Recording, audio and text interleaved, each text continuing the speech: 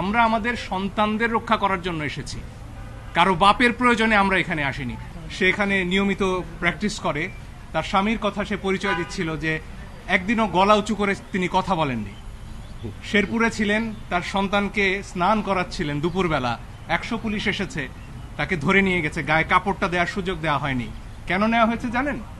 কারণ সেই আখির স্বামীর ভাই নাকি বিএনপি করেন, এবং আজকে একই কার্ড খেলা হচ্ছে যে আমার বাবা কি করলেন সেজন্য আমি দায়ী।